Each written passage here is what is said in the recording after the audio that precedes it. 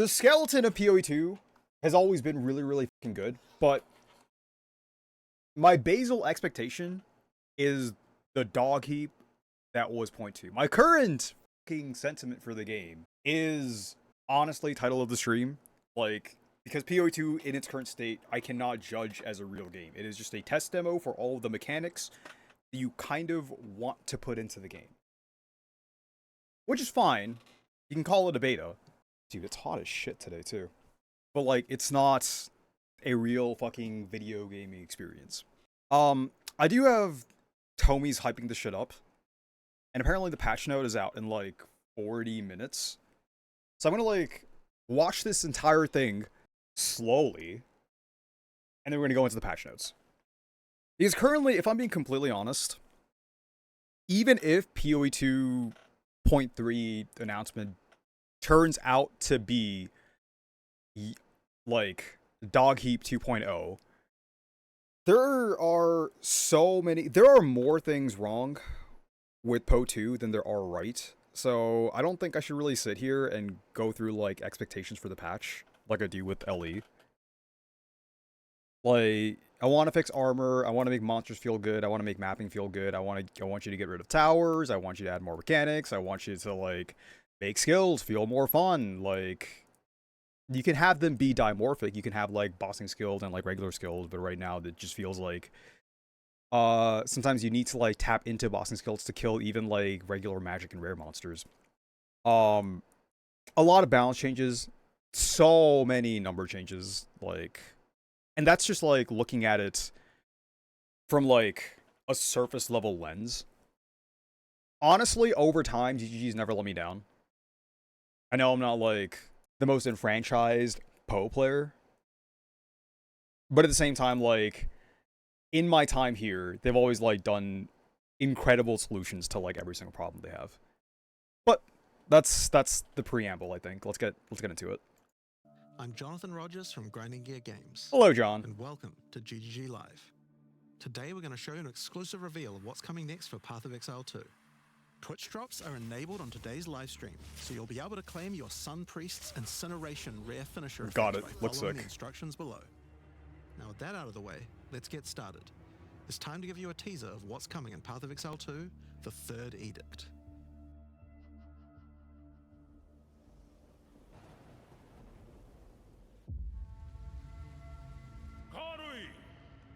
I have called you here to save our people, to save our way.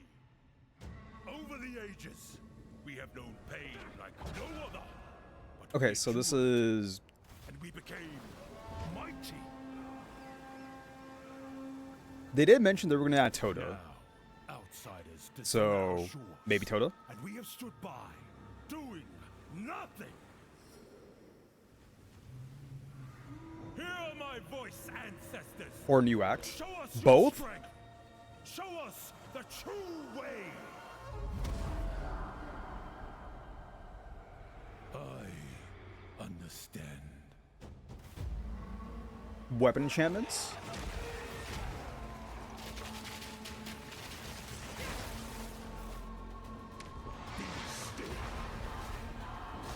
Okay, that looks like a new boss. So does that.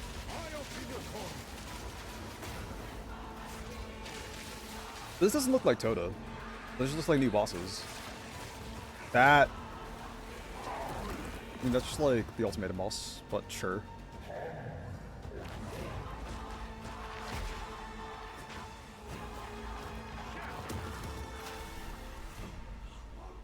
Those do look like new campaign areas, which is sick.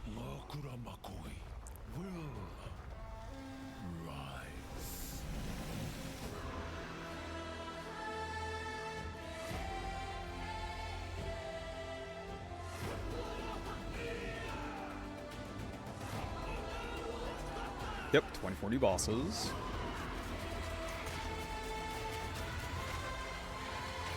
Ooh, okay. Lineage supports. New items. Tree rework.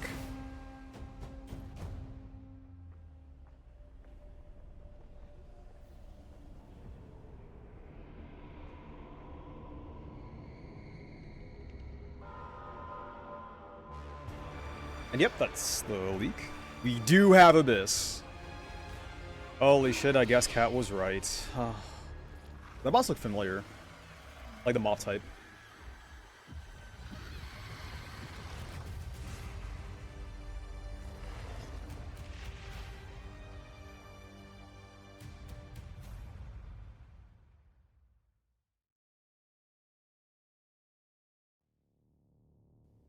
Now, as you can see, there's a lot going on, and we have a lot to reveal today. We'll start by going over Act 4, the next chapter in the Path of Exile 2 storyline. Okay, Act 4... He'll cover all of this, but the part that I'm curious about is the gem changes and the tree changes. But that's not all. At this There's second, also like, 3 holy new shit. interlude acts to get you to endgame, which means we're removing cruel difficulty too. After that, we'll be Oh, going through the shit, massive really? changes to characters. I'm super excited to show you how I've overhauled the entire support gem system, added new skills, and yes, there are buffs. Next, Yes. we'll go over the Rise of the Abyssal. Thank This season's you. exclusive league mechanic, and talk about the new rewards, crafting systems, areas, and bosses that it adds. After that, it's on to changes we're making to the endgame. Then it's time to talk about items, crafting, and oh yeah, trade. That's going to be a big one. Ace! We'll then Does that mean what I think it means? No way. Like, we have asynchronous trade right now for currency. And I've been, like, screaming about this shit since, like, I started playing the game after I left BDO. Like, having something closer to the CM. go over our Holy. new supporter packs and finish up with a live Q&A session where Okay, ZD will okay. ask Path of Exile 2's game directors, myself and Mark, your questions from Twitch chat. And after that, at 4 PM Pacific, hatch notes. They're not quite complete, but they should give you some nice details to chew on. 4 PM Pacific. So that's like...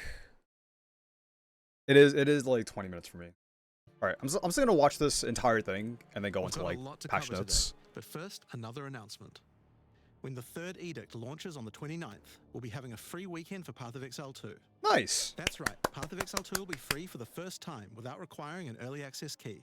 Super the free smart. weekend will end Super on good. September the 1st, so you'll have plenty of time to give the game a try. Alright, let's get started with Act 4.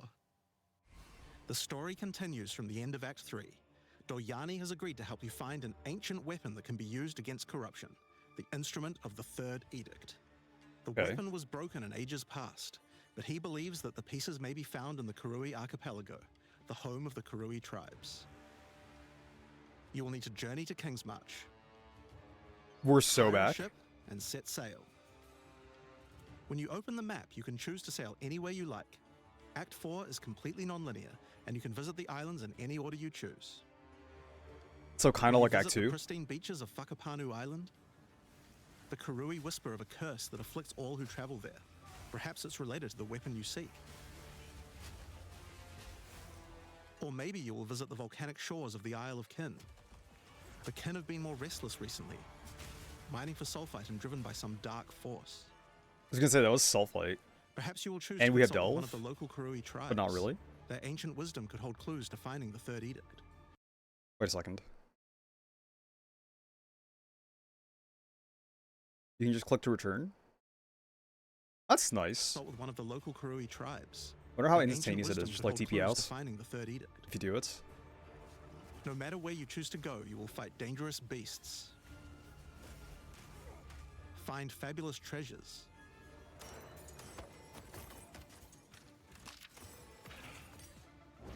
and battle incredible bosses. A challenger! Come, Yama sees your soul! There are 8 islands to discover, each teeming with its own flora and fauna. Act 4 contains over 100 new monster types, 16 new areas, 12 new bosses, and plenty of other interesting encounters. There's a huge amount to show, whoa. but we're not going to spoil too much here. We want to give you a chance to discover it all for yourself. What happens after Act 4? Well, until now you had to repeat the entire campaign again before you could face the endgame. But after adding Act 4, the game is far too long to make you do that. We needed something else to do in between the end of Act 4 and the endgame. So what else could we do? Add 3 new mini-acts, of course, and we're calling them the interludes.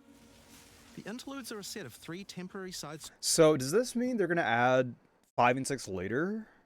And then like these are just like placeholder maps? Like you just have maps leading into like other maps? Stories that will be included in the game until Act 5 is released. Okay, They yeah. will take you there to we go. level 65 where the endgame can begin. The first interlude That's sends fine. you on a journey back to Ogham. Renly has been leading the efforts to rebuild Ogham Village after the defeat of Count Geonor, but there's a new danger afoot. The nearby town of Holton is surrounded by an impenetrable darkness, and each night their corrupted townfolk emerge to raid the local Breach farmlands. monsters? You will discover new areas.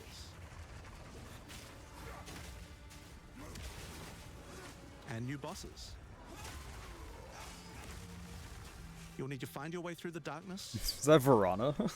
uncover the source of corruption, Soon you will But like you have serve new our bosses. master. and defeat it. Yes, I shall dance with their corpse.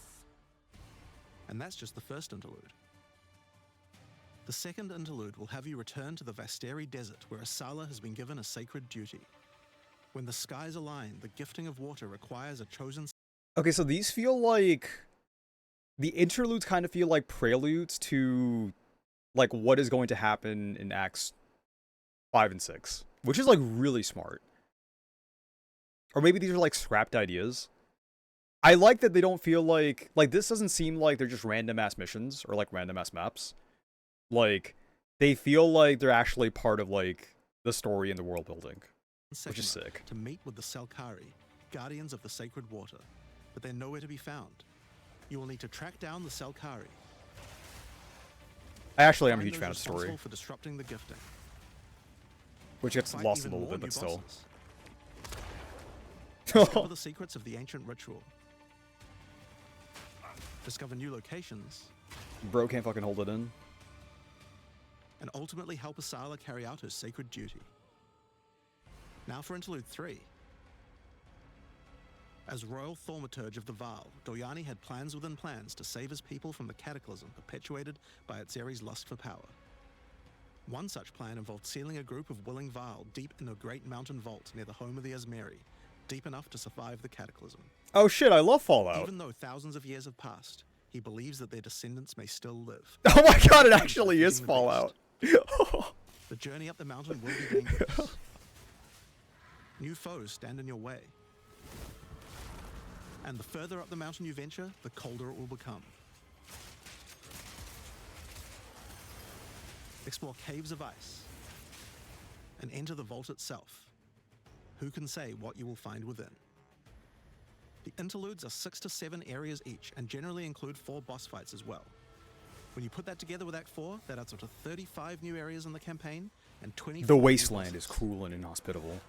It's worth making clear. Bro, that like, you interludes can't are say you have temporary. that many bosses When Act and then 5 show 6 me are out, Verana the interludes twice. will be going away. These are side stories after all. But don't worry, the bosses and areas that make up the interlude are all part of the endgame. We're not just going to throw them away. Thank you. And with that, Okay, we that's don't what I was need worried cruel about. difficulty anymore. We do know that it was a pretty big chore to have to play through the campaign Yes! multiple times on each character. Yes, But it there's a huge was. reason that the campaign could feel like a bit of a slog when playing through again. Yes, We it do did. also have another new feature to address that particular concern as well. Okay. So let's talk about sprinting. No. In 030, when you hold down the dodge roll button, your character will go into a sprint after they finish the roll. This is available on all character classes, and there's no limitation on how long you can sprint for.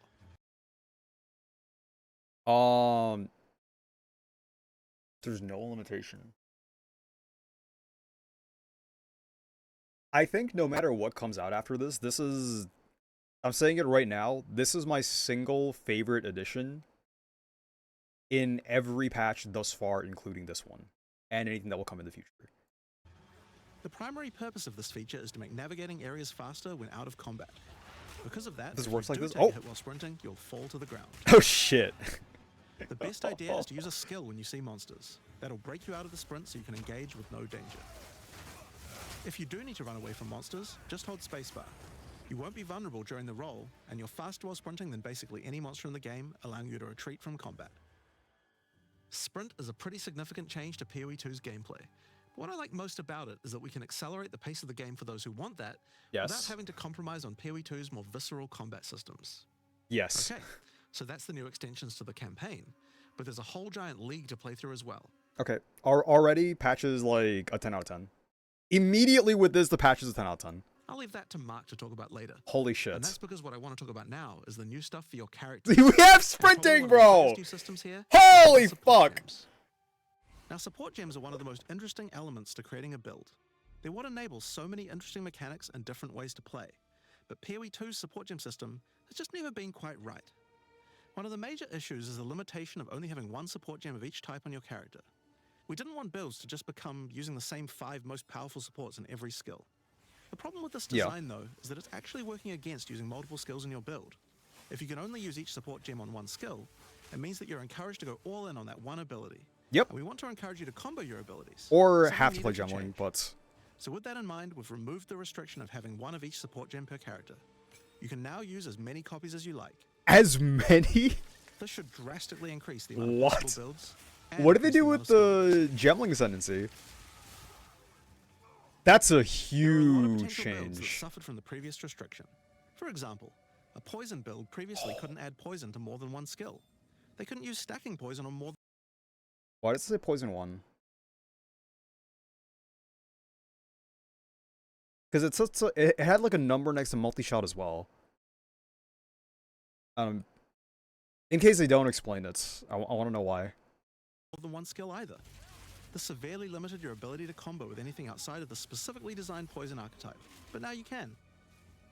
Many utility skills previously couldn't scale to endgame. Toxic Green is because the supports back. that would make them scale were more useful to use in other skills. You would never speed up killing Palm with martial tempo, when you would much rather use it on your primary skill instead. There are more examples like this all over the place. In addition to that, though, we thought there wasn't enough feeling of progression in the supports as you went through the game. There were only 3 tiers of supports, and many of the most important ones were given out at tier 1. Also, there were no strict upgrades, meaning that upgrading supports when you ran out of sockets required quite a lot of thinking. In order to solve these issues, we now also have multiple levels of many supports as you go through. I don't know if I like this. Because in PoE 1, the progression is very natural because you just have levels to like the support gems and you have like a very smooth progression where a level 20 and then like beyond that having like 20 quality on your gems make like a massive difference. I feel like this is making a problem for yourself because you want it to be different and then like not using the solution that works because you want the solution to be different. And like this is just adding levels without calling them levels. This one I'm like a little 50-50 on, honestly. Through the game. For example, I don't double really. barrel support It's gives you fine. an I guess extra it's bolt, fine. but at the cost of 30% less reload speed. It doesn't really matter too At much. tier 2, You the are. penalty gets lowered to 20%. Yeah, it's literally But just then at tier objectively 3, the better. support gem gets something new.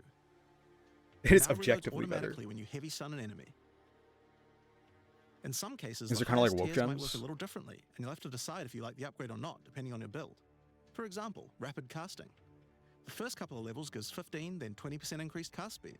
But then at tier 3, it changes to a new approach. For each different spell you cast in the last 8 seconds, you get 10% increased cast speed, which could be a pretty big bonus if you use a lot of different spells. So that's pretty good for upgrades through the campaign, but we wanted to add a little more spice to the endgame for supports too. And that's where our new system, lineage supports, comes in. You can think of these I think like they're fine. unique I think it's just items for like- supports. There are It's supports that are only available at endgame. it's leveled, but like less organic feeling than in PoE 1. Because you need like the support gems, and there's just like more support gems. I just feel like it adds like a level of like it makes it a little more convoluted, but there isn't like a particular reason for it aside from like it just feels different. Game, but they're much more powerful. Woke gems Like Ratha's Assault. It's an cannot reload. Load 3 bolts whenever you dodge. upgraded version of And Double loads Barrel 3 that additional reloads your bolts. skill as you dodge roll, as well as increasing the number of bolts it can hold. But it does mean that it's the only way you can reload the skill now. Now, unlike regular supports, you can't find these through the uncut support gem. Just like unique It's not like items, roll over many and of these over. can be found from specific bosses. Sirach support spells echo 2 times. Holy And there's a ton in the shit. regular drop pool too. What? Oh my god. Some of them are fairly rare,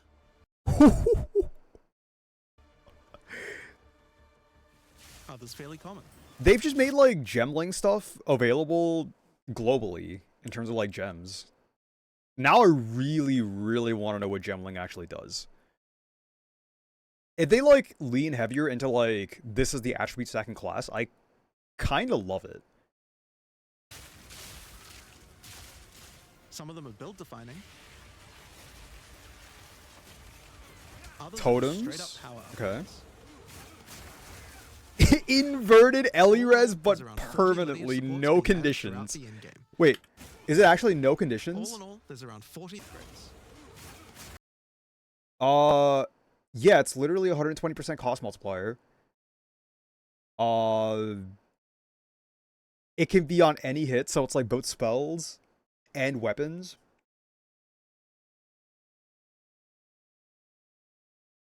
It is just unconditional. All in all, there's around 40 lineage supports being added throughout the endgame. So there's a lot of power to find out there. Now, the new support gems are certainly Okay. going to open up a lot of builds, but of course we have a huge range of improvements to individual character classes as well. As well as adding new skills, we had a big focus on buffing existing skills so that they can scale well into the endgame. There's a huge amount to cover here, so we're not going to discuss everything. We're just going to quick fire through some of the coolest changes. Okay. We wanted to make cold a more useful element on the Ranger, so we've expanded the cold tools available. As well as increasing its range, Escape Shot now creates fragments of ice whenever it hits the ground. These fragments explode after a short time, making the skill better for killing groups of enemies. Maybe for the campaign. But not only that, we added an ice fragment support that creates more of them when killing frozen enemies. And Okay. a new buff skill called Ice Tip Arrows that allows all your arrows to create ice fragments. Okay, now that is pretty This good. already gives clear to rangers wanting to use ice. But to take further advantage of the ice fragments, Freezing Salvo has been upgraded to shoot additional cold arrows towards every fragment, giving you a nuke-like ability. Okay, that makes it We've interesting. also modified Snipe Nice. to consume frozen from enemies, dealing a huge amount more damage, giving you a nice ice single target option. And something you might notice about this is that the bonus is a lot higher against bosses. This is actually a change you'll see throughout the entire game. Since it's a lot harder to freeze a boss, you should get a bigger reward for it. Salvo did so much damage Another there. theme you'll see throughout the game is making movement feel better.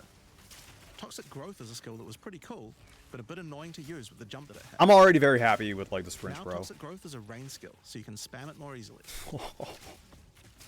And we've also added a new poison skill while we were at it, called Toxic Domain.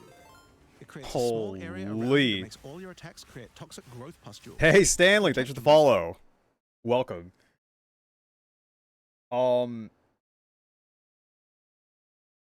I don't know. I don't know if I'm gonna use like Escape Shot for mapping, but it does make bow skills feel better during leveling for sure. I'm doing good, man. How are you doing? Just going through like the announcements. I'm a little late because I just got home, but oh, it's so good. It's so fucking good. I also like this. Actually having Toxic Rain is fucking sick because I love Toxic Rain. And like they also added the ability to use like multi-poison stuff, right? So you can like Toxic Rain, Toxic Domain, chance to poison, chaos stats, chaos dam on like both of them. That's so good. Another Okay, skill that was annoying to use was Electrocuting Arrow. this It's one now just a was. regular arrow, making it easier to use. But it also means you can support it with projectile supports. This looks And it really now good. also has area of effect, making it a tool for more than just single target, and allowing it to scale into the endgame. We also added a new spirit reservation called Mirage Archer. Ooh, it's This back. is a meta skill It's that back. allows you to It's create back. shadowy clones of yourself to use a skill of your choice. This looks more like Mirror Arrow than Mirage Archer. Of course, Which I don't one mind of the other it. big Like problems that we had having was more survivability. single target options for bows. Evasion was the weakest is of the three really defenses, nice. and we wanted to change that. Evasion was not the Evasion weakest. doesn't evade all That's types of hits in armor, the but game, sure. So you're still vulnerable to things like slams or unblockable attacks. To make evasion characters more tanky, we're adding a new mechanic called Deflect. Unlike evasion, Deflection provides a chance to deflect damage from hits, preventing 40% of the damage from those hits and ailments they inflict. Because is it like two separate calculations? Like they reduce both the hit and then like additionally the ailment as well? Because reducing the hit like usually reduces the ailments. No, I feel like that'd be too broken. I'm pretty sure like it's a once 40% thing. Still though, exact chance to deflect also depends on the attacker's accuracy. So this is suppression. They're adding suppression. We have suppression and we have bows login. I'm playing a ranger. Evasion. Deflect works I'm on playing a ranger. everything. I'm If you so playing a successfully ranger. deflect a hit, you take 40% less damage. Items It's can now Pathfinder give you a mod that gives you some amount login. of deflection based on your evasion. And Equal there's to a bunch of it 10%. available So on you still the want to passive tree too. scale evasion because like deflection scales off of evasion. So I'd have to look at the numbers. If it's still possible to go for evasion ES, then maybe it's fine. But at this very second, like, I'm going for Pathfinder. I am so playing Pathfinder, bro. Fucking login, dude. Deflection is rolled in addition to evasion, so this is an upgrade for regular hits 1% too. increased deflection rating. And unlike evasion, there's no maximum chance. You can reach 100% deflect against all hits if you spec into it enough. Of course, this is a buff that helps all Dex characters, so the Mercenary and the Monk, but especially the Huntress, are seeing big defense boosts from this as well. Speaking of defensive mechanics, let's talk about block and parry. Now, one of the big concerns on the release of the Huntress was parry feeling unreliable. Your One of the big request is your reasons friend for this is request. there's a lot of hits that are not blockable. Kindly and thus not accept it. parryable either. No. So a don't huge do that. balance change we're making is that now everything is blockable except for specifically unblockable red flash skills that bosses use.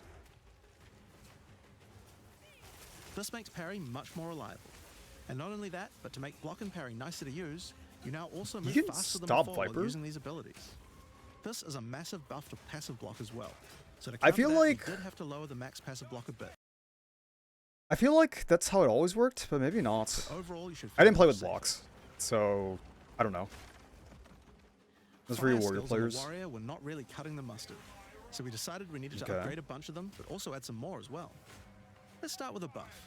Volcanic fish are now branches into multiple fishes, giving it much more clearing potential. That actually looks fun though.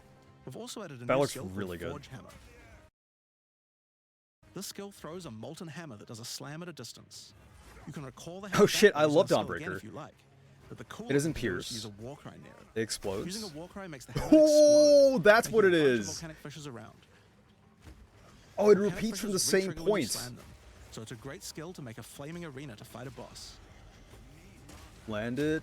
It's igniting. We also buffed Perfect Strike to have much Okay. larger area of effect, and changed Molten Blast to not always force you to move forward. Trust me, it feels a lot better to use now.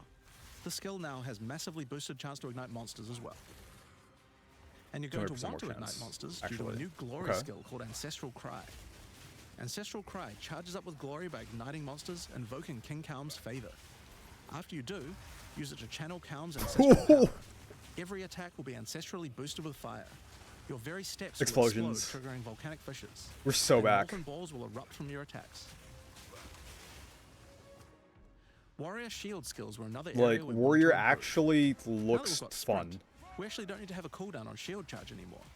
And now also does more damage the further away you are when you use it. Wait. They just got rid of the cooldown? Attack times 0.6? Dude, that's so good. Oh, it's so Shield wall good. got significantly upgraded AoE. Also, you can shield charge right through it to trigger all the walls. We also added a new shield war cry. Fortifying Cry gives you a defensive buff, but it also builds up charge on your guard, shield that empowers guard. your other shield skills. And Magma Barrier now doesn't require timing in order to use. Just wait for your shield to charge up and block. Oh my god. And I want to play Seismic warrior Rifle for the stuns first enemies time that are primed to because stun. fuck playing it before this. Holy shit. And we changed the Sunder interaction with Armor Break.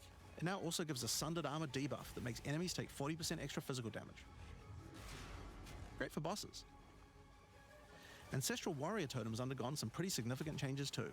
We wanted the skill to feel more like using an ultimate. That summoning an ancestor to fight for you was a big deal. So we've changed this totem to require 3 endurance charges to summon, and massively buffed its damage. It also now scales your weapon damage too. Since there's no limit I have if you nothing build around to generating say on endurance warriors, charges, you honestly. can summon an entire forest of totems. They have so many endurance charges.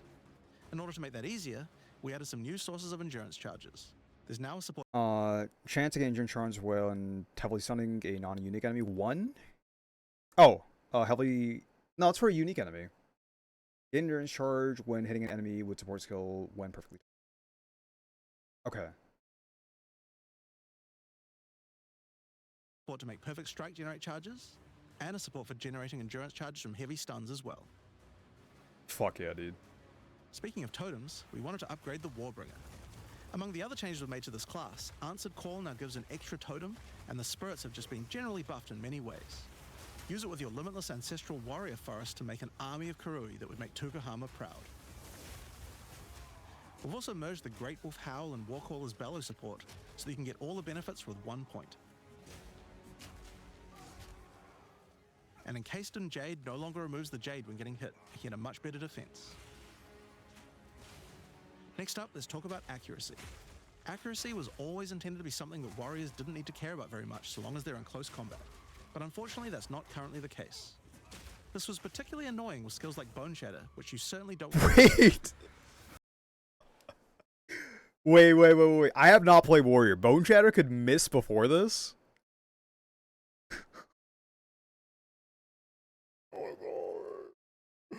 I cannot believe there are real human beings that recommended that I play Warrior when I wasn't enjoying this game. That would have been awful, bro. That's so dog. So we significantly buff your chance to hit close ranges when you don't have much accuracy. Warriors shouldn't require any accuracy investment in order to hit with close range attacks now. Yeah, you're whacking them with a big fucking stick, bro. We also wanted to improve armor. Now, one of the major weaknesses of armor is the inability to defend against elemental damage. In order to mitigate this, we're adding a lot more of the stat that allows your armor to defend against elemental damage. It's now available on items and in a lot more places on the passive tree. 20% of armor also applies to cold damage taken from hits. So I don't know if this actually changes how much of a shit I give about armor. Because, like, prior to this, we had heatproofing. And heatproofing was bad because the armor reduction and the damage reduction from armor applied before your resistances and not after. So your resistances are more efficient against, like, big hits, and they're not as good against small hits, which is what you use armor for. So unless they back-end changed how conversion and then armor application works, you need to change, like, armor on a fundamental level. One of the most important improvements we've made in 0.3. Oh, that's all you had for armors? No.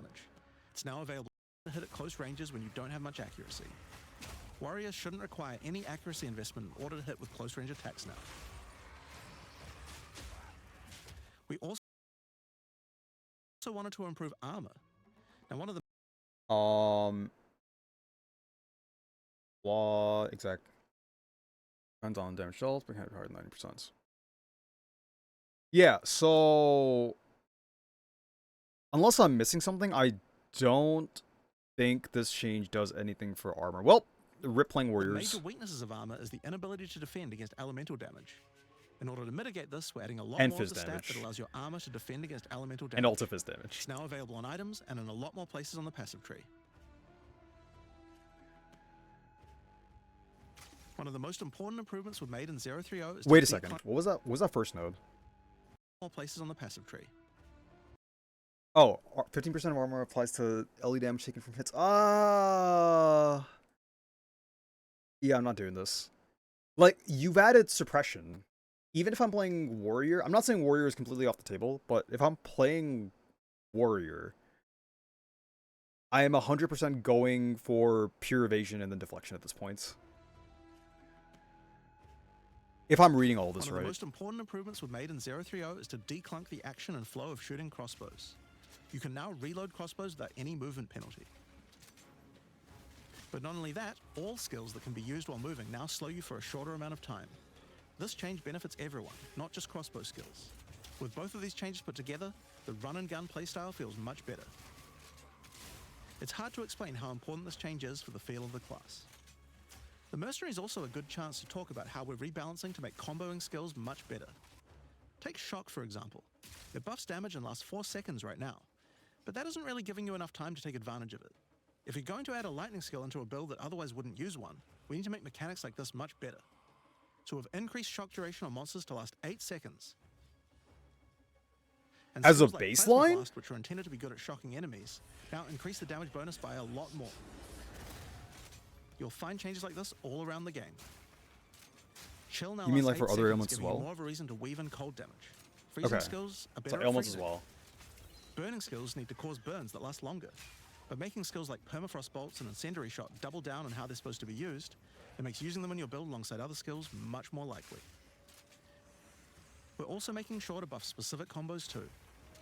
The freeze explosions from frag rounds now chain to nearby enemies. And using high velocity rounds with armor break will now fragment the opponent's armor. This causes monsters to take a portion of high velocity rounds damage with every subsequent hit, even tiny pellets. So that means following it with a shotgun blast is way more effective. Now there's a lot more buffs to crossbow skills, but for now I'm just going to talk about the new one we added, the Mortar Cannon. This one lets you socket any grenade skill, and using it will summon a cannon which loads and then fires the grenade you choose.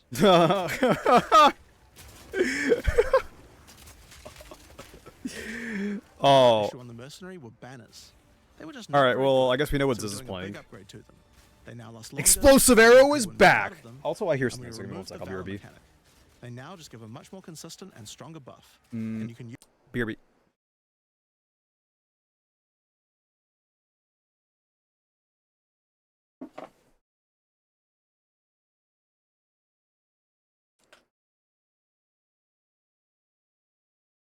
I don't know what that was. Must have been the fucking wind. Alright, let's continue. Here we're good. use them when you get enough glory.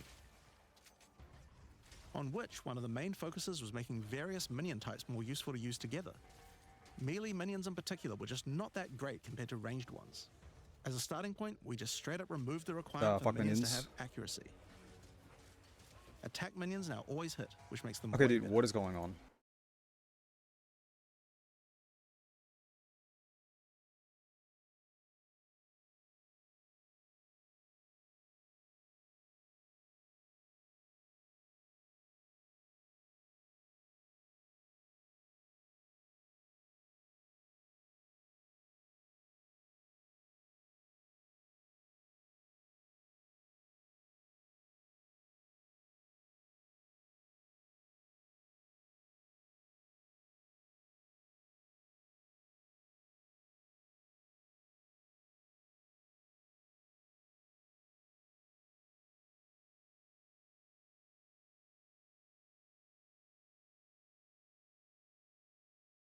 Okay, where was I?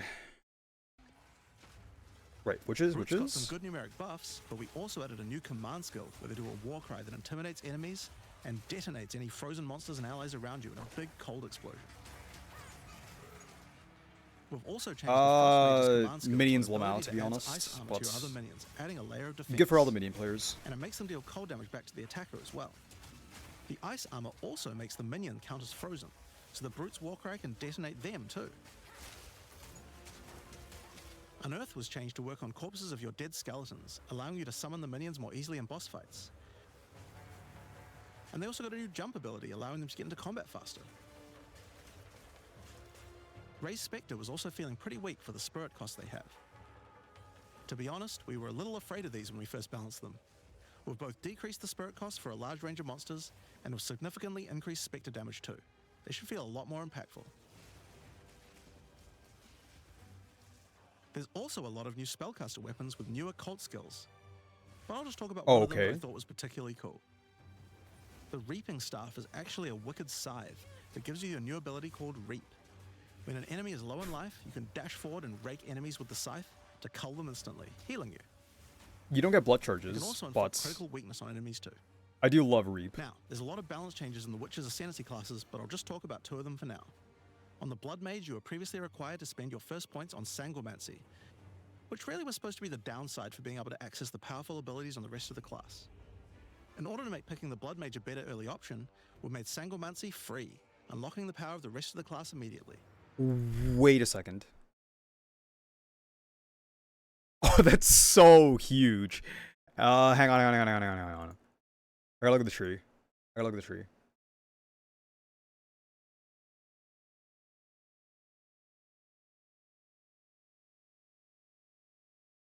That's amazing. So now we can do like the crit nodes, we can do this as well. We can take like, even if nothing changes, this is so good. Because like you can take the crit nodes, you can take the leech, and you can take the Defiance of Destiny node.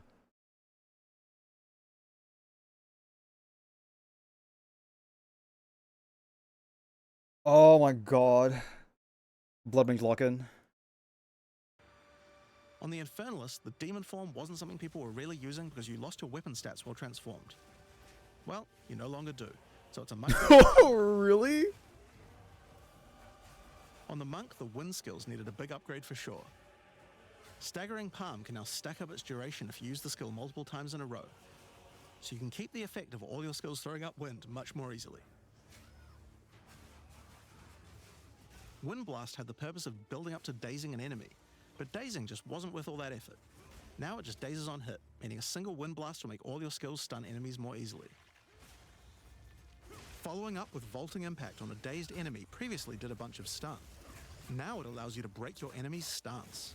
When their stance is broken, following up with a fast attack will do way more damage. A cool build that certain people always enjoyed in PoE 1 was hand-to-hand combat, but until now we just didn't have a real way to make it viable. Well, that changes now. The Monk, as a true martial artist, now has... I don't know if I'd say many people.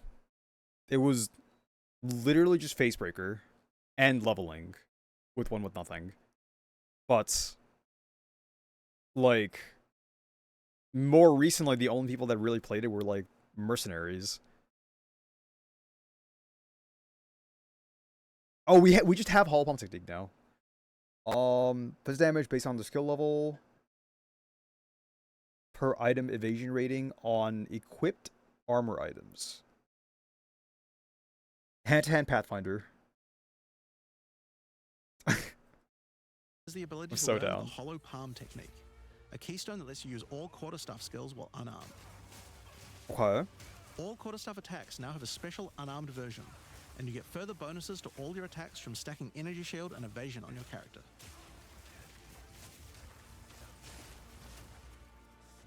A new keystone we also added to the Monk section of the tree is Walker of the Wilds. This changes Mana Leech to work with elemental damage instead of physical, which is pretty useful for all those elemental attacks the Monk has, but it works well for the Ranger too. Now, one of the least used Ascendancy classes in the game is the Acolyte of Chayula, so we knew we needed to make some changes here. One of the key things we had to do was make the chaos damage that the Acolyte can do much more useful. So we've added a new skill, allowing chaos damage to ignite, shock, chill, and freeze, embracing the elemental prowess of the Monk in a truly chaotic fashion. In addition, Wait a second. The elemental prowess of the Monk... While affected by unraveling. If this is an aura skill, maybe it's okay. If I have to like activate this shit to, maybe that's still be fine. Maybe that's still be fine. I don't know. I think like as a baseline, if you want to scale a singular type of damage, which is like something you'd want to do with any skill, I want some kind of chaos quarterstaff skill. And currently there just isn't one. So like you're never incentivized to really do this. In a truly chaotic fashion. In addition, he can make all of his chaos damage leech. Like this is what I mean. I don't know if this actually changes Chonk. Cause yeah, leech recovers based on chaos damage as well as Fizdam, but you're mostly doing chaos damage. So like instead of taking 2 ascendancies to make your chaos damage do the elemental stuff, you could just play the elemental skills and play like the good class. Or like the good classes. Because like prior to this it was Gemling and it was Invoker. But like you just do Invoker. I don't think this is worth an ascendancy points. In addition, he can make all of his chaos damage leech. And we've buffed Into the Breach and Embrace the Darkness by moving the effects of the 4-point nodes into the base skills. Even no spirits. Blah blah blah blah blah. He also gains a new notable, Grasp of the Void, which leaves void illusions behind you as you dodge roll. If they're killed, they do massive explosions of darkness, dealing damage to everything in sight. It is very pretty. I love having with all the Let's talk about charges around. sorceress skills. I love One having of the so many things we wanted balls to near improve me. on the Sorc is the ability to use multiple elements together more effectively. But Now, this might seem small, but one of the things pushing you towards using a single element is debuffs like I will say, like, everything, almost everything so far has been like a solid W though. The chonk thing I'm kind of whatever on, but elemental curses. this is which so lower good. resistances of a It's single so good. In order to fix that, we're making quite a lot of game-wide changes to these kinds of mechanics to broaden what they apply to. So for example, there's no longer 3 curses for fire, ice, and lightning. Instead, there's just a single curse that buffs all 3 at the same time. But you got rid of the other ones? And things like Frostbomb, which gave you cold okay. exposure, now give elemental exposure. That's Use it to buff huge. any of your other skills. So you do have double weakness. We also wanted to make switching between different That's weapon not sets cold. smoother, so you can use different elemental staves more effectively. To do that, we've removed the weapon switch time, and now happens instantly.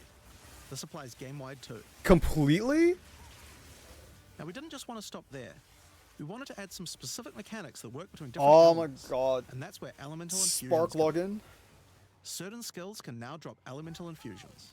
For example, when a frostbomb explodes, it leaves behind a cold infusion on the ground.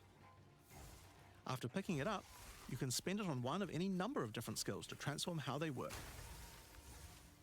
Spark will create a nova of cold infused projectiles. Holy shit. Ice Nova will leave a chilled area on the ground. And we also added a new low-level skill that fires ice shards. Use it with cold infusion though, and the ice shards will explode. Orb of Storms now generates lightning infusions when you cast enough spells near it.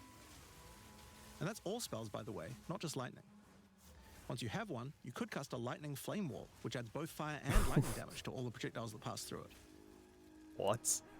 Or power up Ember Fusillade with lightning, which will generate arcs to nearby enemies as each fireball hits.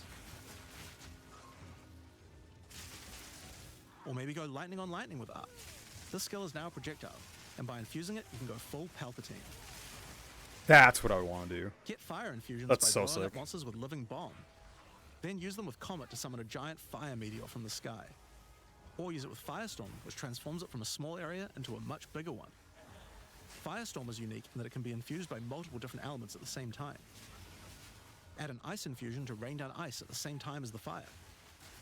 Can you do 2 at once? And add lightning to add deadly strikes from the heavens into the mix.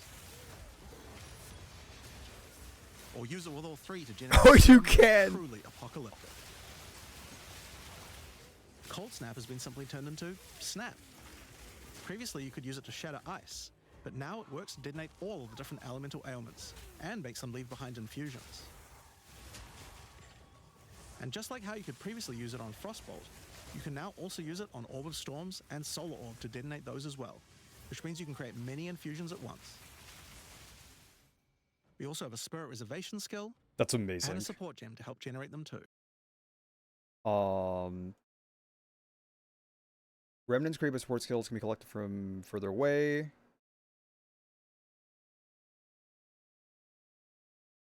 Our spawn cold remnants, fire remnants. Okay. On the passive tree, we've added quite a few new keystones to the Sorceress section. Here are a couple of examples. The Black Flame Covenant keystone converts your fire spells to chaos and causes your ignites to deal chaos damage. Ooh, Your fire spells and ignites will also turn purple. like fully?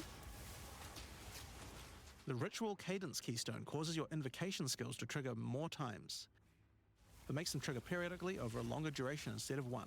Great for those auto bomber builds. Now, in addition to skill changes, I we've am- added okay, a lot more options. That last one is shocking. Like, GTG actively promoting auto bomber skills is nuts. Also, the fire one didn't seem to, like... It didn't seem to have any downsides. It was just, like, convert fire damage to chaos. Like, holy... Oh my god, bro. Oh my god. For the passive tree for each class. Overall, there are more than 100 new notables on the tree, usually around 20 per class, along with smaller clusters as well. Check out the old version, and here's the new version. Oh, that's awesome! I know they added more, but that was so many. Check out the old version, and here's There's like 3 clusters here, it's another cluster. Oh, get fucked, new the players. version. It's a lot more dense, and there's more interesting nodes than before. Okay. Now, we probably can't go through too many of these in the live stream. I definitely so we'll think, just show you one like, from each it shouldn't be just adding more. There are a lot of nodes that they should just remove, for sure. class's area of the tree. But We tried I'd to make rather it have more more thematic options than with the new less. nodes. So, for example, That's so the good. Molten One's Gift. It lets the benefit of armor break apply to your fire damage. what? Or how about Last Stand, which gives you lots of stats as your situation becomes more and more desperate. I mean, I don't know if this is a lot of stats. I think it's just more damage. More damage. A lot of these have themes aligning with ascendancy classes. Like for the Gemling Legionnaire, for example. You have crystallized immunities, which makes you immune to different status ailments depending on which support gem color you have socketed the most. Oh, it's kind of huge. Huge. Another ascendancy class aligned notable is Sanguimatic Rituals. It allows arcane surges to generate life instead of mana, unlocking that support gem to be used with the Blood Mage Ascendancy. In the Sork area, you'll find Okay. these Archon nodes that allow you to convert all of your elemental damage to a specific element. You become a Lightning Archon when you spend enough mana, after which all your skills will be converted to lightning, and you will do extra lightning damage as well. We have ones for cold and fire Wait, skills will be what? Hang on. element. Let me read this. You become a lightning Oh. Archon when you spend enough mana. It just after which converts the all elements. Your skills will be converted to lightning, and you will That's do so extra lightning really damage as good. well. We have ones for cold and fire too, with different triggers. Archmage is so back. Here's Maybe another even cool with one. Indigon. Elemental Practitioner Log gives in. crit bonuses if you've triggered a skill recently, while also making crits generate more energy for triggers. Because my immediate thoughts with that is you can now play Flame Blast, except it's Lightning Blast. Like you can Spark, Shock, get Archon, and then just Lightning Blast with Archmage and Indigon. Or maybe you'd like the Great Boar. I'm writing that It down. gives you a reason to stack I'm writing that dexterity down. to make you tougher, giving a bonus to life and stun threshold. Or the Cunning Fox.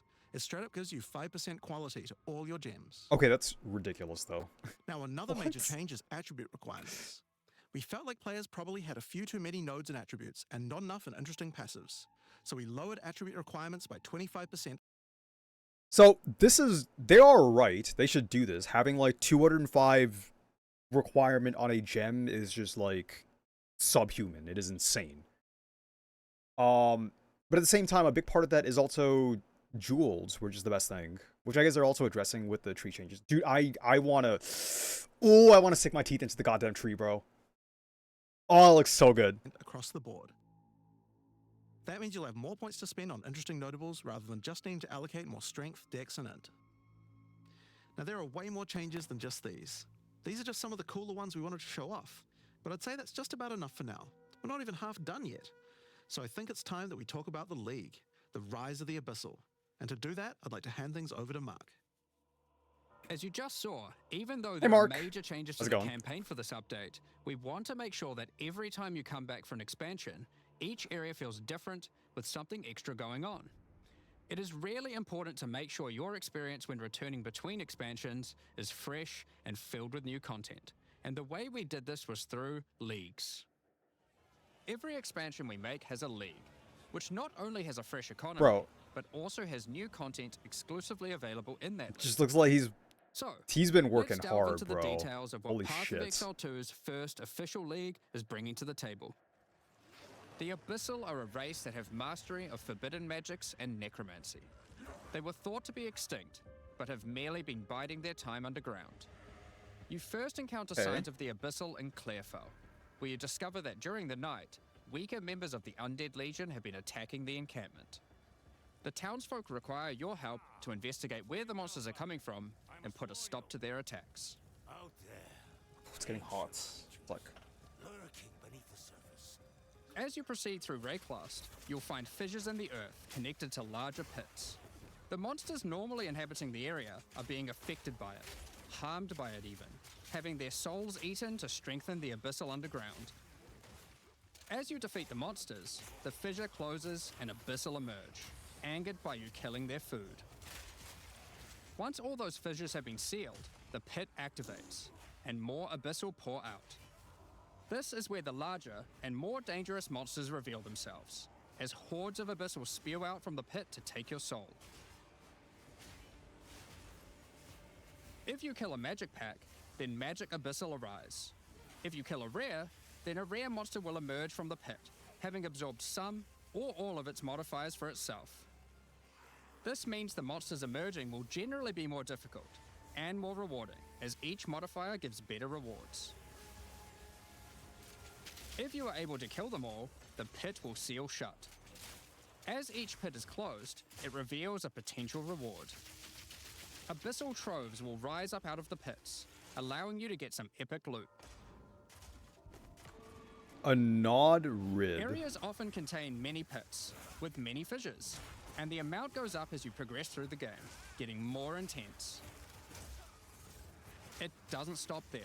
When monster mods are absorbed, they have a chance to become infused with the dark necromancy, transforming them into abyssal modifiers. For example, you defeat this monster with the mana siphoner. Bro, this is not Their representative. soul is eaten by the You pit, fucking... and a rare monster. How combat is at this very moment is any one of these hits will stun you, and then like you will get chain stunned and die. This is not representative. He took a lot of damage, but he could still hit. Emerges. What the fuck? The Mana Siphoner modifier has transformed into Soul Siphoner, and is now amplified in danger and reward.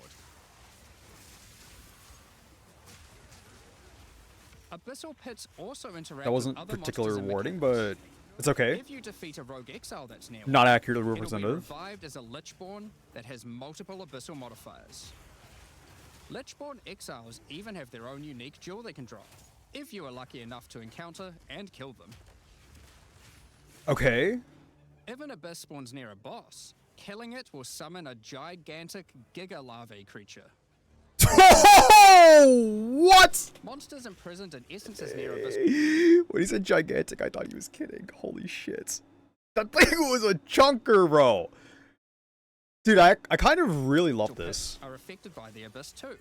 Like, this is one of the first things that they've done that is truly goddamn unique to PoE 2.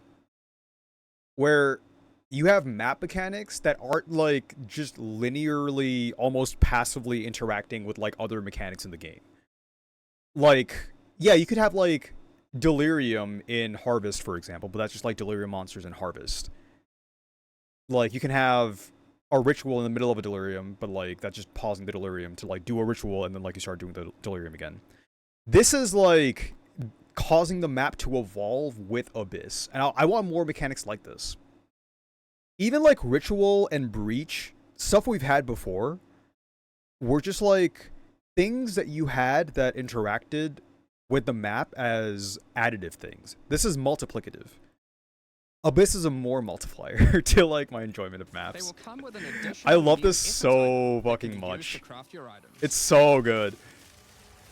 So, that's your bread and butter of the Abyssal League. Kill surface-dwelling monsters, kill the emerging Abyssal, close the fissures, overcome pit encounters, and reap the rewards. There's a lot more to this league, however. As you complete Abysses, you can find ancient pieces of bone, preserved Like a from the Nod Rib. remains of fallen Lichborn. These are one of the many rewards for your mission to seal the pits. You can use this on a rare item to imbue it with abyssal magic, adding a special hidden modifier to your item. That is a sick bow, by But the how way. do you reveal it? In Act 2 of the campaign, you'll encounter Wait a new- second. But how do you reveal 3 additional arrows on the implicits?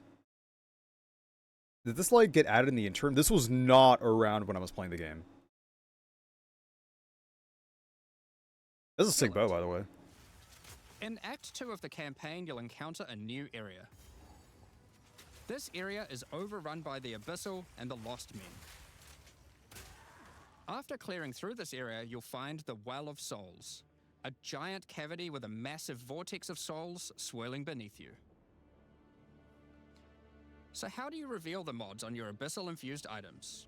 Obviously, just throw them in, right? Yes, that's exactly what you do.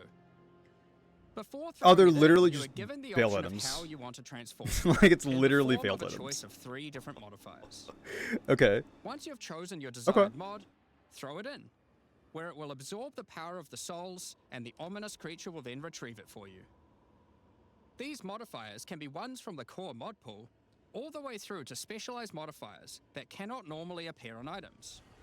During the campaign, you can use it as a way to more okay. easily add useful existing mods, but during the endgame, there is a whole set of new and powerful mods you can add to your items. Like this mod for crossbows that allows you to place an additional ballista totem. Bros, this is just Or busted this one buckets. that adds Holy spirit shit. to your staff. Or this one that allows Yay, you to generate ballista. more combo with your quarterstaff Feels skills. good, man. Okay. Okay. And speaking of endgame, The combo one's you kind of can nice. also use I the think. system to craft waystones. With, like, the With bell. a preserved vertebrae fused into your waystones, you can get some new modifiers that push difficulty and rewards to new heights. Here are some examples of those mods. You always get a choice of 3, so you can avoid anything you don't Okay. think your character is capable These are all, like, insanely cringe. With this modifier, the natural inhabitants of the area are all spawned near abysses. And there are up to 9 additional abyssal pits in the area, making it just a full-on abyss ruckus. Or this one, which causes the final abyssal pit in the area to always result in a boss encounter, be it either one underground or one that emerges out. There are dozens Oh, of these you can waystone enter them. modifiers in total you can get from this Like, craft. we do have abyssal depths. That Interesting. covers the new crafting mechanic. Okay. So what's left? Well, we talked about how when closing pits, you can get abyssal troves. But sometimes when closing an abyss, you'll reveal an underground cavern that leads to the abyssal depths. After jumping into the depths, you'll find an abyssal city, swarming with legions of the undead. When underground, every single rare abyssal enemy will have an abyssal modifier. And at the end of the dungeon, you'll even find a rare with a more powerful Lichborn modifier. Once you're able to defeat this powerful rare, you can also Hella find spooky. some nice rewards. Aside from the entire What? area being valuable due to the abyssal modifiers on the monsters, it Mark? has its own specific drops too. I want to One know what a example greater is orb a of set of augmentation linear is. supports that can rarely be found in these depths, like Kurgel's Leash. Okay. This support An holy empowers might, it's both a minion you shit. and your minions when you command them. What is a greater orb of augmentation? Another depth-specific outcome is a set of While this item is active in your inventory. Oh, you have like abyssal omens too, so it's like becoming more universal as a thing. Reveal desecrated modifiers. You can reroll the options once. Oh, so you can like reroll the veiled things. Oh shit! omen-like This is awesome for crafting. Like adding a veil mod to like your abyss weapon. items that amplify your Okay. abyssal crafting. Additionally, we're adding some new socketables that can drop from the abyssal depth. Glow's crit chance is lucky against parry enemies, prevent 3% deflected damage. Prevent 3%. Oh my god! Oh my god!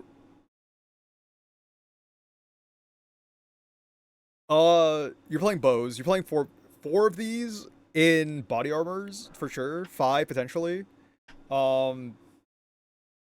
guess like 3, ideally, because like you're probably playing Quaff, and you're not playing Well, for me, I'm playing bows right now. I'm just playing bows. Oh, but Sword looks so good. Oh, but Warrior looks so good. Fuck. Accuracy per evasion rating on equipped helmet. Bro, if you're playing a Huntress, you kind of want, like, all of these. You want it on body armor and on helmets. You just want this everywhere. Like, you can have up to, I guess, 2 on helmet and, like, 5 on body armor. Oh my god, dude. Take Ullaman's Gaze, which can be socketed into your armor. Okay. These are a bit special, in that you can only have one equipped at a time, Oh, okay. but give some pretty powerful effects. Okay, it says limited to one right on Think of top. them as almost I'm a unique dumbass. socketable for your equipment. Me dumb. In the end game, where you can still find Oh, that's depths, hype though. you also start to find a different type of underground chamber.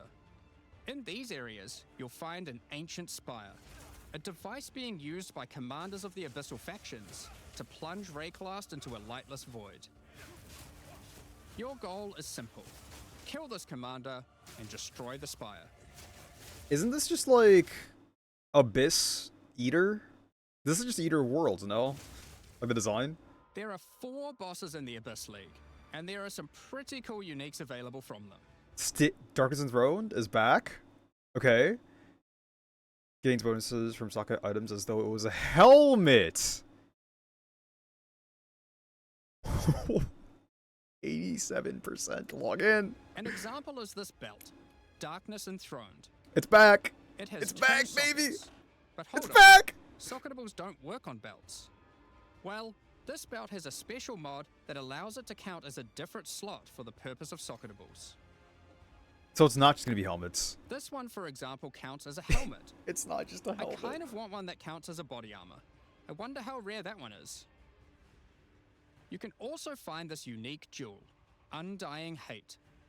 This jewel transforms part of your passive skill tree into an abyssal version, and has multiple Ooh, depths. more timeless jewels. Log in. The deeper it goes, the more of your passive tree is affected, allowing you to fulfill your fantasy of becoming part Abyssal Lich. Now the last thing that Abyssal can Wait a becoming second. What did part it say Abyssal per Lich. tribute? 1% of maximum life converted to energy shield per 20 tribute.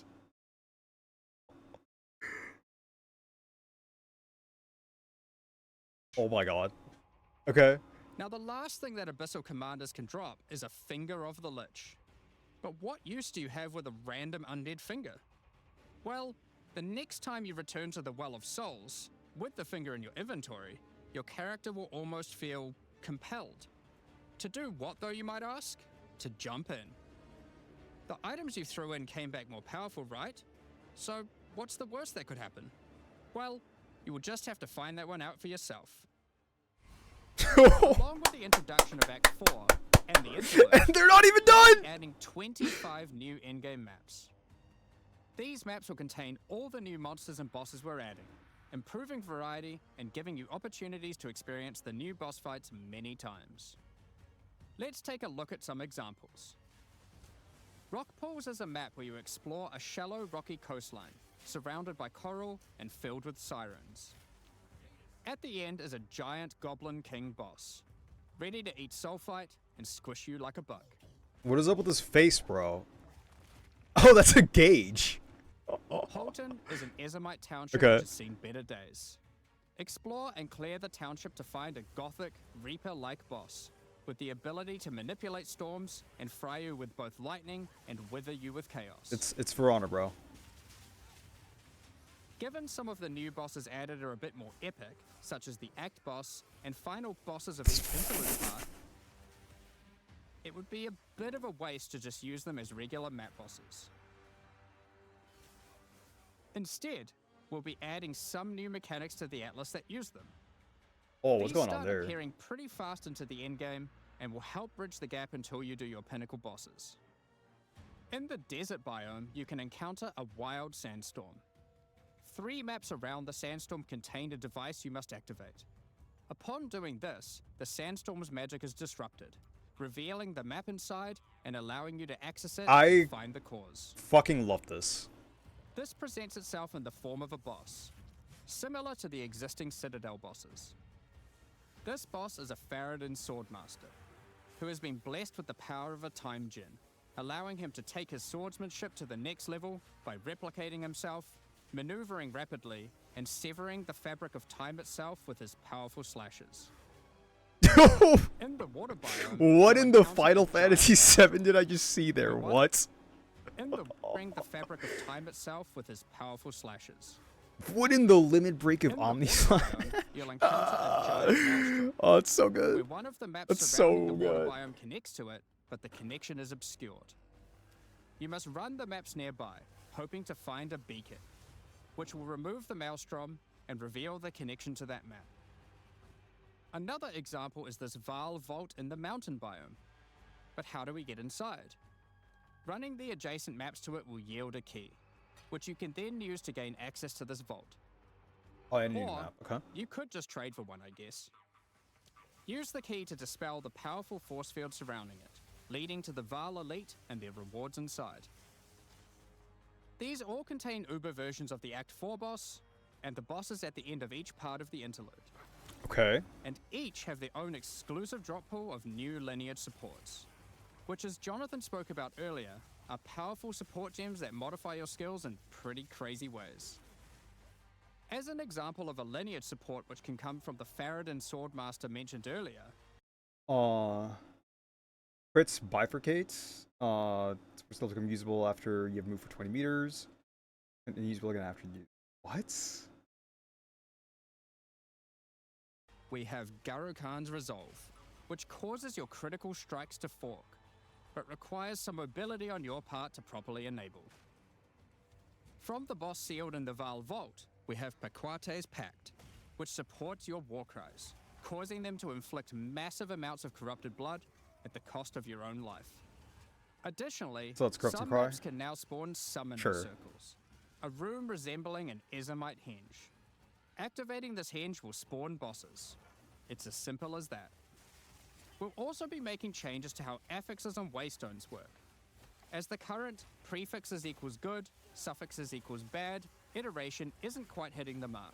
Facts. It's We pretty tried bad. something new here in Path of Exile 2, but after seeing the feedback we decided we actually liked what we had in Path of Exile 1 more. Like Path of Exile 1, each affix will now be both difficult Okay. and rewarding. Waystone mods now grant an increase to the number of waystones dropped, and an additional specific upside attached to it. This means as you roll your map, they will continue to get more difficult and more So waste on drop chance, and then like I'll take a tiny bit of item quantity and rarity, rewarding, but sure. and allow you to customize the difficulty and rewards of your maps better. For example, the Frostbitten mod, which causes enemies to deal cold damage, also increases the rarity of items dropped as its upside. Whereas the Of Venom suffix modifier, which causes enemies to poison on hit, has the upside of granting. So it's kind of like increased access. T17 mods, where like they don't just Some maps generically will add end up stuff having a lot of like rarity, quants. some a lot of pack size, and others will just have a mixture of everything. Yeah, it is Due to just now having just like more PoE1. modifiers granting difficulty, I'm okay with that. we will of course It's be better. reducing the difficulty per modifier to account for this. So, that's your Atlas, maps, and waystones. But what about Breach, Ritual, Pinnacle content, and others of the sort? We're making some changes around this too. The first change is that you'll now be able to invest 2 points into your specific League Atlas trees before having to run the Pinnacle content. Awesome. Okay. There will be a specific objective for each type of content which grants you those points. For example, in the case of Delirium, it's simple. You just need to find and kill one of the bosses in a map, Omniophobia or Kosis. The rest of the points for each content come from the Pinnacle content, but we're making some changes to accessibility here too. Currently, access to most Pinnacle content requires the same key at the easiest and most difficult version of the content. This creates a negative feeling where at lower difficulties, instead of wanting to run the content, you're often better off just selling it to someone who can run it at maximum difficulty. To address this, each content will now drop splinters, which will not form into singular items. Instead of using the singular combined item in the Realm Gate, you can now just bring your splinters. Upon inserting the splinters into the Realm Gate, an interface will appear, allowing you to pick your difficulty, and you'll notice each difficulty has a different entry cost. This means if you want to run easier difficulties, it costs less, which also allows you to run this content much sooner into the endgame. Because these encounters now just require splinters, their corresponding Atlas tree no longer affects the difficulty of them, and has been changed to purely affect the content and maps on the Atlas. It is nice that they just like The grant more Arbiter of splinters. Ash works a bit differently. Pretty good. Instead of requiring splinters, he Good still change. needs crisis fragments. We now have only 2 difficulties of the Arbiter. The first, requiring the existing fragments obtained from citadels. The second, Uber Arbiter, requires calamity fragments. These come from Citadel bosses also, but only once you've allocated the maximum number of points in your boss atlas tree, ensuring those citadels are at their highest difficulty level. Since we're talking about pinnacle content, we also felt that the leveling curve in the late game was a bit too steep. Yes, it We've smoothed this was. out a bit so that it's easier to Holy get to shit, the this dude mid-90s. just literally face tanked We've everything. also added some new Took so in-game many unique hits. items. Let's take a look at a couple. Thunderfist is a pair of gloves that grants Crackling Palm, a skill which empowers your unarmed attacks, granting the ability to call down the storms themselves Wait, on I enemies wanna read with it. your unarmed attacks. Thunderhead. AS, res, a small amount of dam, and like a small amount of crit chance. Granting the ability to call down It's the like, storms themselves on enemies who okay. hit. Depends on Put like the storm simply, damage, I guess. Literally every monster you hit with your unarmed skills will be struck by powerful lightning. Pair this with the aforementioned Hollow Palm technique to embrace your true unarmed prowess in combat. Another unique we're adding is Henekura's Sight. I don't know if Equip they this exactly amulet work to be together. granted the power of the Mother of Death herself. This is reflected by granting you a skill called Foresight. While you have Foresight, your dodge roll no longer avoids hits. Wait, But what? While you have Each of Hindsight, Foresight, and Sight Beyond Sight. I like Thundercats too, GG. Thanks. Oh shit, what's going on there? The fuck?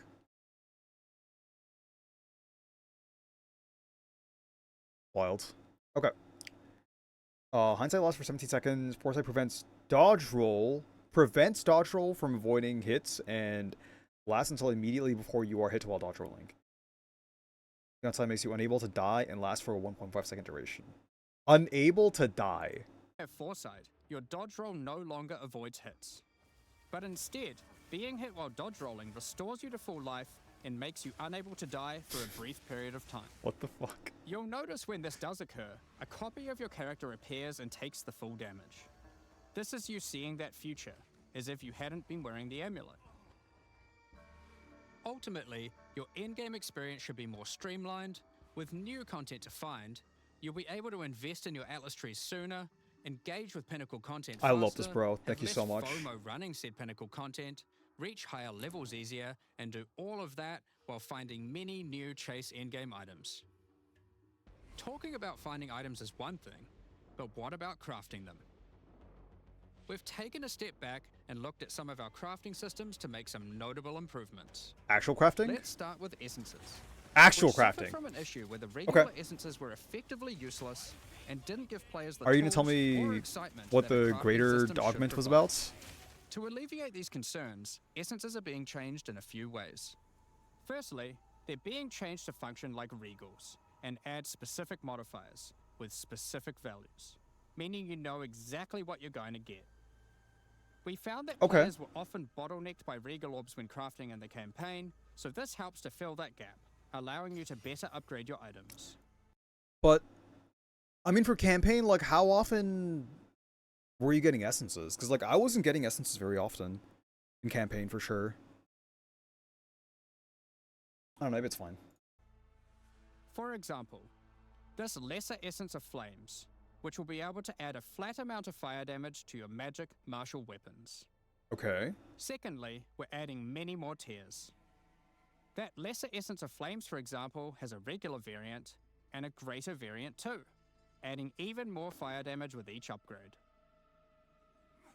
The intention of this is so that when you find one early on, you don't worry about holding onto it till later to use on a higher level item. That's insane. You should feel free to use them as they come to get powerful upgrades during the campaign. Like, in the context of this, like, in the context of campaign and, like, upgrading and progression, this is arguably better than, like, PoE. Is it better? PoE gives you, like, free rares, effectively, with essences, whereas this is, like, more deterministic. It's better later for crafting. I think it's, like, even better earlier on. Lastly, It's perfect our for the highest tier context of this. essences, now called Wait a Perfect second. Essences, will function like a Chaos Orb instead of a Regal. It's not a So it will flat. replace one of the modifiers on your It's not a flat, so they do different things. I think I'd rather have like a fat flat number, but I guess. Oh wait, no, it fucking Chaos Orbs it. Rare items with the specified mod, such as this Perfect Essence of Flames. Literally a Chaos. You'll notice this one doesn't just add flat fire damage like the ones before it. The Perfect Essences often give something a bit different, with some opportunities to be pretty damn powerful. There are many different essences. I have to each see these with many essences. tiers, covering many of the more core modifiers you'd want on items early on. It is better than through the existing system specialized ones currently. for I'm in-game. very, very happy with the change. Speaking of in-game, we really wanted to expand our Ooh. crafting options Thank for you, late GG. in-game crafting projects. You might have noticed that at in-game, you get way too many transmutes. Wouldn't it be nice if some of those didn't drop, but instead you got something a little more powerful? At higher levels, you can now find greater Oh, orb of okay. transmutation and perfect orb of transmutation. These can be used on normal items to upgrade them to magic, ensuring that the modifier generated is of a minimum level. This is similar to how What? you find higher tier items on the ground, but for crafting. These Okay. higher tiers will also exist for Orb of Augmentation, Regal Orb, Holy crap. Exalted Orb, Holy and crap. Chaos Orb, meaning you can get all of the orbs required to take. Bro, the fact that this exists for, like, Exalted Orbs is nuts. And for Chaos. Oh my god. Your item from normal rarity. to a Oh, fully log in. completed rare Log in. with guaranteed high tier mods. Minimum model is 50. On top of these new core crafting currencies, That feels we wanted so to make sure good. there are powerful crafting bases to That feels use them on. so good. Now in in-game, you can start to find exceptional items. Whoa. These are items that drop at normal rarity and are 28%. perfect for your from-scratch crafting projects. They can come with extra quality, up to 30%, or an additional socket to use your crafting socketables in. What? And yes, they can be corrupted for yet another socket. I was just gonna ask. You can also get exceptional unique items. To add even further to your crafting arsenal, we've added a whole suite of new omens to ritual content, and removed some of the more unimpactful ones that weren't being used. Nice.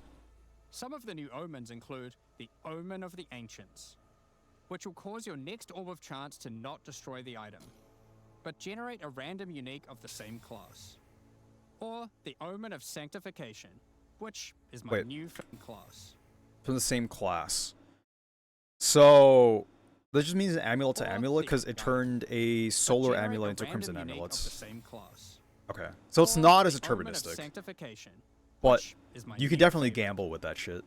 This will cause your next Divine Orb used on a rare item to reroll the values of its modifiers, allowing it to exceed the normal minimum and maximum values. Raising the What? ceiling on the new most powerful rare items in the game. This omen will 80 also to cause your items 120. become Oh my sanctified. god. Oh my Sanctified items god. cannot be crafted, just like corrupted ones. So consider carefully when you use them. That's a nice stick, bro. Another Holy is the Omen shit. of Chaotic Monsters, which will cause your next Chaos Orb to reroll all modifiers on a Waystone, allowing you to fix your maps if you get some modifiers that are not feasible for your build. I mean, that's fine. Besides these examples, there is a huge variety of new omens for you to discover in your ritual encounters. Bro, we're playing Ritual. I'm ritualing With so the hard release right of now. Act 4, Oh, Hinicora's cock, we're in! Let's go! you'll be able to now find a new currency item, Henikora's Lock. Henikora, the Karuri goddess of death, has the power of foresight and is able to see many futures, including the outcome of your next craft. So, imbuing her lock onto an item gives you that same power too. For example, you'll know whether or not to use an Exalted Orb on your item, as you will know exactly what the outcome is. Huge, grats. So, with all these new Big fist crafting down. improvements, it's safe to say That's- you're going to be making some epic Oh items. my god. And not necessarily just ones for yourself. So given that, it's time to talk about a massive one. Trade. Asynchronous trade? Asynchronous It's trade? finally here. It's here? The moment we've all been waiting for. Mhm. Fully asynchronous trade. Over the years, the way players trade with each other in Path of Exile 1 has morphed from using the forums, through to the in-game chat, all the way through to using the website. These systems, in all their iterations, work for a while, But with each iteration, new problems eventually reveal themselves. Be it requiring you to be in your hideout too much instead of out there killing monsters, or never getting responses from people For what? AFK, or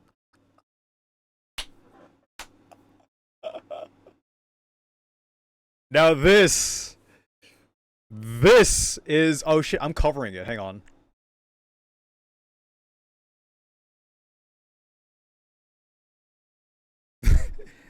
This is the fucking PoE2 experience of trade, which is why I'm moving to hardcore trade.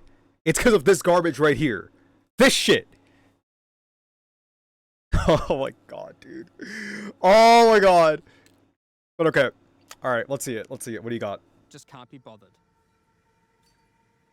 In order to finally solve this, and this has been a long time coming, we're adding a new system that allows you to buy items from other players without requiring the seller to be present.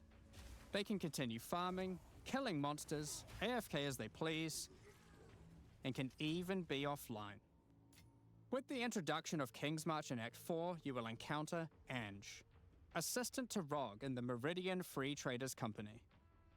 Over the last 2 decades or so, since Path of Exile 1's storyline, Faustus has handed down his knowledge and expertise to Ange, and she is now ready to take over his business. If you have a hideout unlocked already, you can immediately invite her there. If you don't have a hideout yet, you will need to acquire one. You can do this by completing a quest to defeat one of the bosses inhabiting an island in Act 4. Allowing you then to take a slice of it for yourself. Oh, once you completed it, then you can like making return it your ship. new I see. home and base of operations. That's good though. Once invited to your hideout, she will now serve as operating your currency exchange, but also serve as the figurehead in your new trading empire. So, how does this new system work? In the existing trade system, you would list items for sale in premium stash tabs. 20 divines. And then when someone wanted one, you'd have to take it out for yourself and trade it to them. Now, instead of using those, you can give your items to Ange, so Oh my god. Is this actually a better edition than Sprint? It's not. Like, Sprint is still just... Oh, log in, dude. she can sell them for you. Each item must have a price set. The prices are set using in-game currency items, such as Exalted Orbs or Chaos Orbs. Once a price I'm is playing set, so much other players fucking will be able to PoE2. find the item by searching for it on the trade website.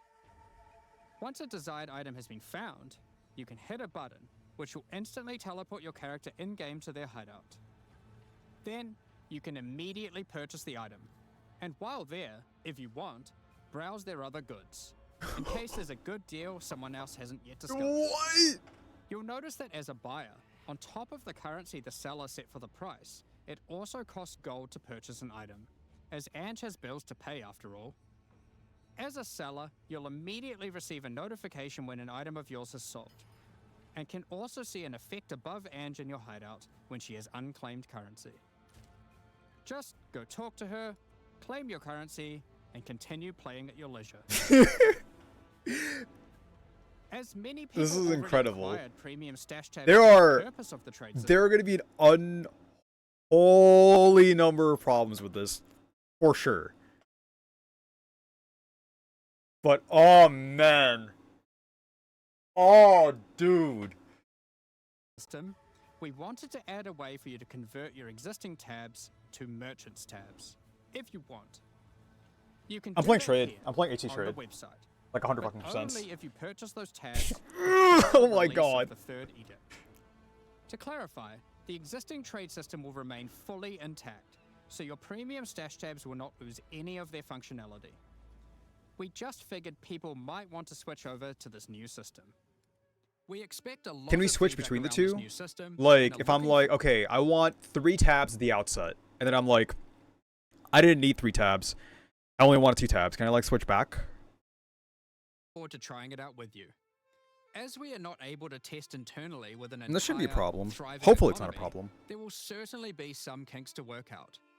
Based on how the system goes, we will be adding it to Path of Exile 1 when ready, so any of the tabs you purchase will also be usable there later.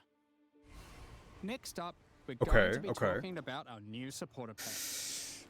Today, we're launching 2 new series of supporter packs, the Justice and Trathan Executioner packs. Each tier contains the pack's full face value in points, alongside several exclusive microtransactions. As always, the microtransactions in these packs are purely cosmetic and do not affect your character's power or progression in any way. The Justice series of supporter packs contains 6 exclusive microtransactions. Claim glory after defeating enemies, or inspire your allies by calling down the Banner of Justice portal.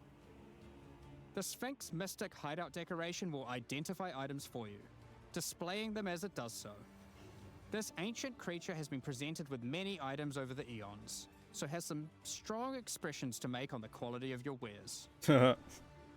Become a true warrior, worthy of Okay. delivering the justice of the eternal gods, with the Apostle of Justice armor set. This armor set also comes with a matching back attachment containing a set of scales to measure your worth. With the Apostle of Justice finisher effect equipped, the Goddess of Justice herself will appear to decide on a verdict for slain unique enemies. Witness as she decides the fate of your slain foes. Will they ascend to be amongst the gods or be banished to the underworld? The Griffin fledgling pet will be your courageous companion as you journey throughout Rayclast. Take your place in the skies in the Plateau of the Gods hideout. This hideout comes with many different sections for setting up your home or base of operations. In order to travel between them, you simply just need to walk off the edge. Like a true eternal god, you can float between the mountains on the clouds themselves. The Trathan Executioner pack series also contains Oh, that's exclusive microtransactions. Fucked up, dude. The Oh, Trathan Executioner finisher effect is a brutal display of Trathan might, crushing slain unique enemies as if they were bugs beneath your heel. As a Trathan Executioner, you're the perfect master for the ever-hungry carrion raptor pet. It has taken a particular liking to the taste of other pets, and at your command it will swoop down and eviscerate them. And satisfy its hunger by feeding on their corpse. what? The nobles of the 4 major Trathan houses had their mercenaries, but if their hired hands became notably irritating, I they had to would. call in the Trathan I fucking hate executioners. pets. I would get that You can one. now embrace their methods. It's and become so brutality good. incarnate with the Cruel Holy Trathan shit. Executioner armor set. The matching Cruel Trathan Executioner cloak will shroud you in scarlet as you crush the skulls of your enemies and leave a trail of blood behind you as you build up a kill streak.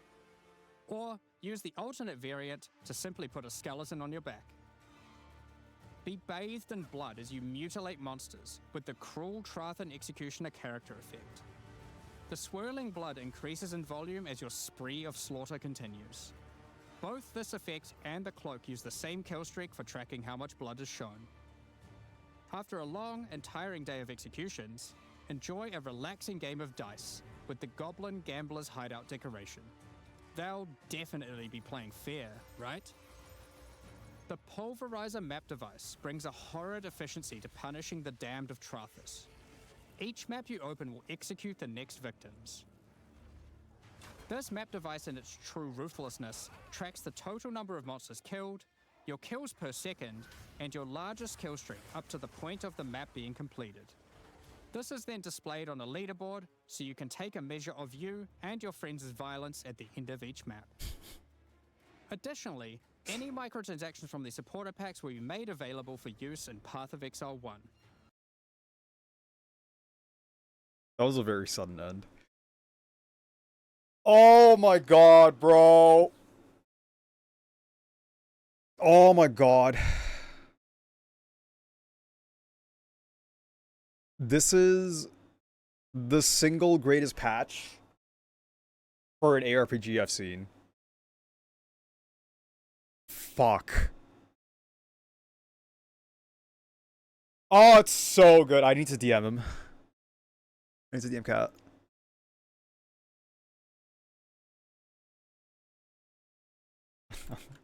So wrong.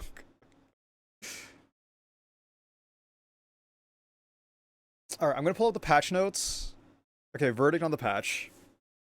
The announcements. First off, PoE 2 is now a video game. Like, depending on how like the endgame mapping feels, and if they've done anything with towers, like the game is amazing.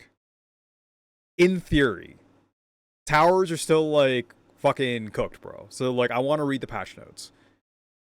But all this shit that they've added, like I'm actively excited and invested with class buffs, class changes, fucking sprint and asynchronous trade. Oh my god, bro. That was an 11 out of 10 fucking announcement, bro. Let's fucking go.